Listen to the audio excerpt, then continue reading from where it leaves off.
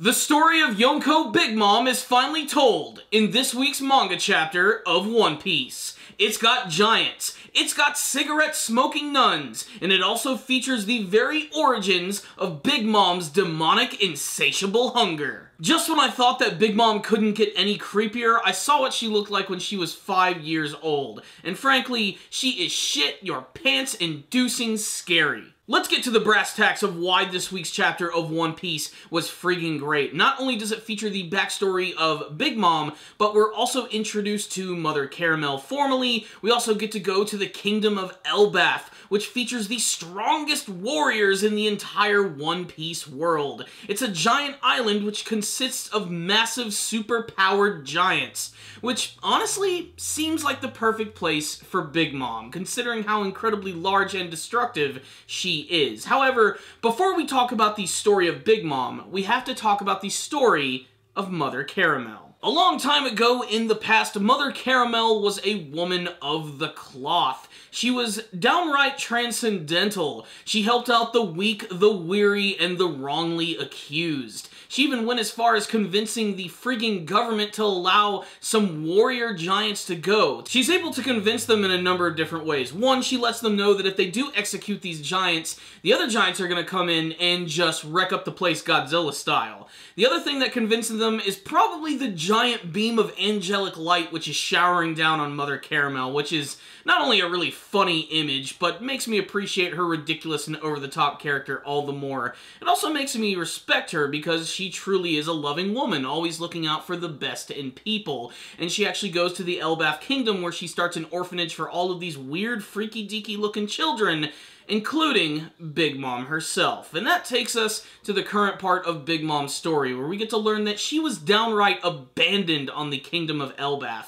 Her parents had to let her go because of her raw destructive power, and apparently the Elbaf Kingdom is the only place for her, considering that it's filled with giants, which are very similar to her. It doesn't take long before little Linlin makes her way into the fold by becoming a part of Mother Caramel's orphanage, making lots of friends, and basically assimilating into giant society.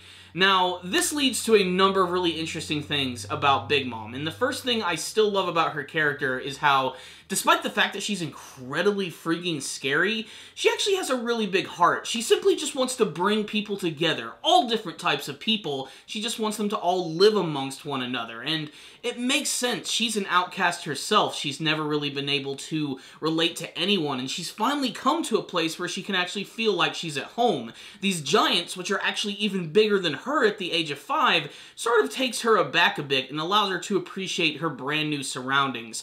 However, she still has this incredible destructive power which frightens even the giants themselves. And there's even a scene that perfectly demonstrates this when she sees a wolf and a bear fighting, and she decides to try and force them to be friends with one another by locking them up in a cage. And of course the bear ends up eating the wolf, and she decides to punish the bear by spanking it. And by spanking it, I mean she straight up kills this thing in one shot. No biggie, not a problem for her. It even impresses some of the fellow giants on the island. We're also introduced to another of the big higher-ups within the Elbaf Kingdom, such as these two super old Viking giants by the name of Yorle and Jarl. And they're both respectively 344 and 345 years old, which makes them the oldest characters in the One Piece series and the oldest warriors that we have seen. And all of the other giants really look up to them, including a cameo from a very young Harudin, a character who made his appearance very well known during the Dressrosa arc. It's really cool to know that Big Mom and Harudin actually had something of a relationship, or at least a childhood with one another. It also shows that Harudin is a pretty old giant, but still manages to be incredibly fun. And he's still wearing like the same helmet and everything. He still wields a sword. It was just really cool to see that moment. And we get to see that there's this big tradition on the island where right before the winter solstice, all of the giants decide to fast for 12 days, which for Linlin is a really bad thing because she has an insatiable hunger. She has to eat all the time, and she is promised that she is going to get this amazing dish which is called semla, which essentially is this Swedish cream puff, which again I think is very fitting considering that a lot of the imagery in Elbaf Kingdom actually kind of reminds me of stuff that you'd see in Sweden or in Norway. very Viking-ish, which actually sort of works with the whole giant vibe and everything. And she tries this semla out, she freaks out about how incredibly ridiculously tasty it is, and over the course of a couple days, she starts to brew over the fact that she can't eat, when suddenly, lightning strikes. Her hunger just cannot be contained, and she causes all of this raw and massive destruction along the Elbaf kingdom, which really pisses off the elders to the point where they're actually planning on attacking and possibly even assassinating her. But with her incredible power, she's probably just going to completely destroy them.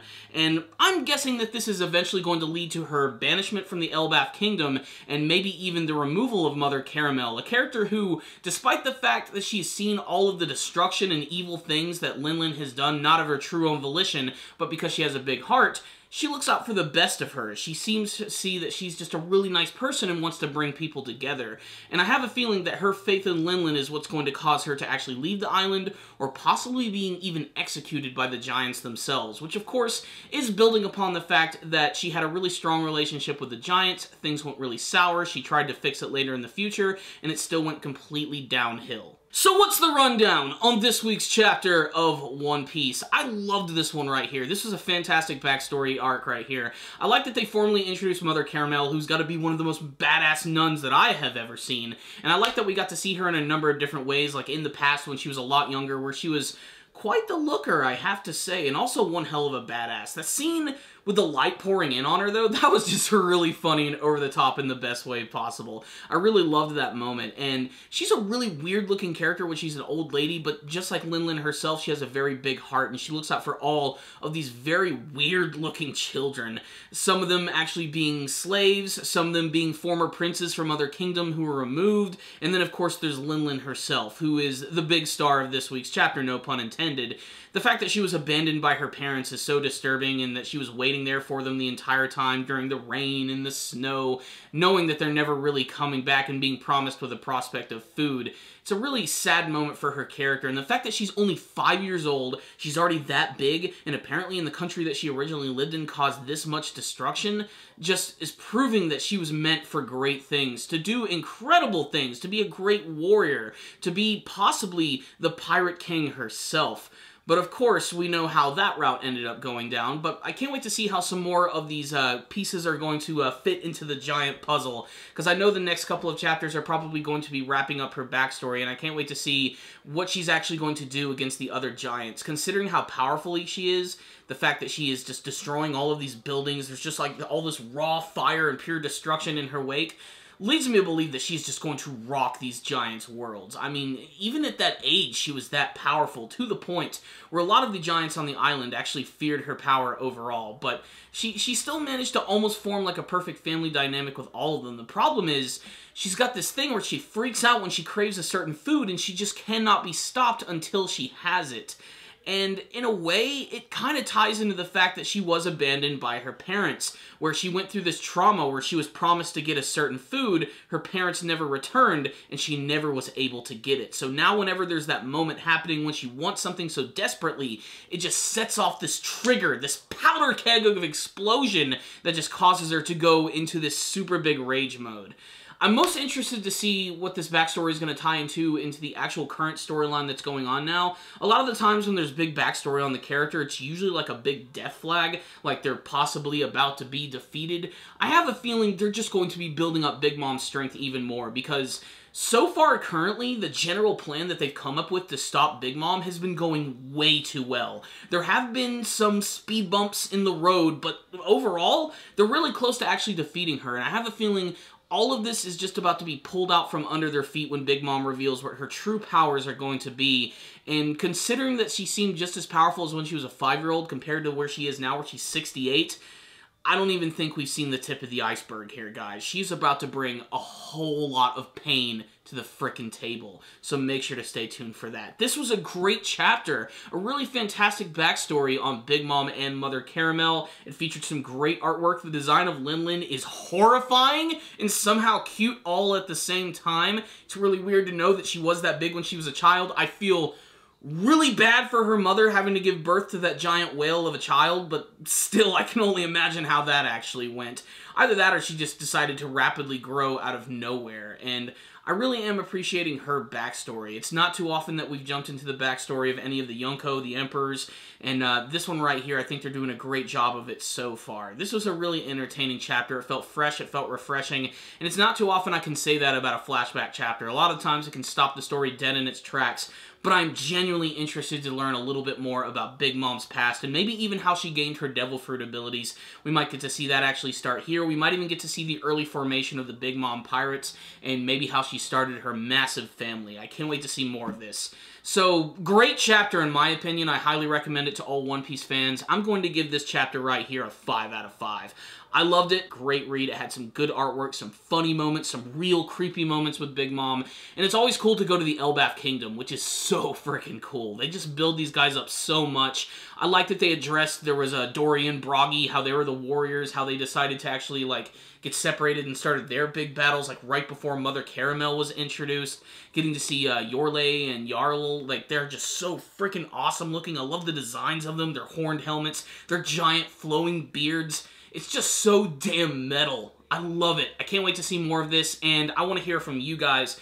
Make sure to tell me what you thought about this week's chapter of One Piece. Are you enjoying the backstory of Charlotte, Linlin, Big Mom? What do you hope to see from the next part of the story? Will she be stopped? Will Mother Caramel be defeated? Will she leave? What do you think is going to happen in the story? And will Big Mom survive her attack against the Straw Hat Pirates? What do you want to see from the rest of this arc? Please tell me in the comments section. Thank you guys for watching this review. Make sure to subscribe to the channel for all things One Piece related, whether that be the anime or the manga series. Please leave me a comment telling me what you thought about the episode, or if you have any questions for me or anything you want to talk about. I'm always down for a good convo. And of course, if you liked this video, take a second to hit that like button. It really helps us out a lot. If you didn't like the video, give it a thumbs down.